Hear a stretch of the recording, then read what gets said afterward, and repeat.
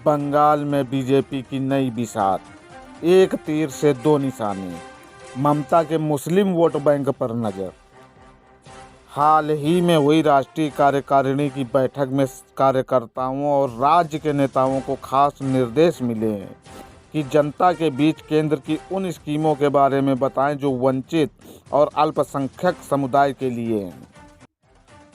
जब जब पश्चिम बंगाल में चुनाव होते हैं, सभी पार्टियों की नज़रें दो समुदायों पर टिक जाती हैं, मुस्लिम और मतुआ।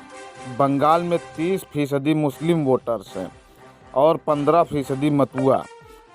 हम बात यहाँ मुस्लिम वोटर्स की करेंगे क्योंकि इस बार पंचायत चुनाव और आगामी लोकसभा चुनाव के लिए बीजेपी मुस्लिम वोट बैंक को साध रही है।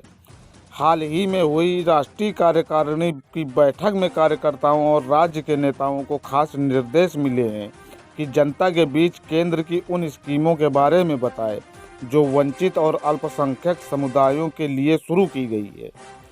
बीजेपी इस बार पंचायत चुनाव में कोई कसर नहीं छोड़ना चाहती। यही वजह है कि राज्य के नेता मुस्लिम बहुल इलाकों में रैलियां करके ममता के मुस्लिम वोट बैंक में सेंध लगाने की कोशिश कर रही है।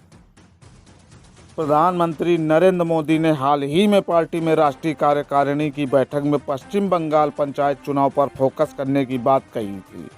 कार्यकर्ताओं से बंगाल के वंचित समुदायों और खासकर अल्पसंख्यकों सहित समाज के सभी वर्गों तक पहुंचने का केंद्र की स्कीम पहुंचाने और जागरूक करने को आग्रह किया था।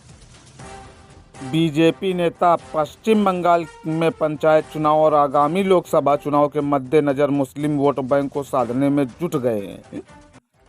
भाजपा के राष्ट्रीय उपाध्यक्ष दिलीप घोष का कहना है कि पश्चिम बंगाल में 30% अल्पसंख्यक आबादी है।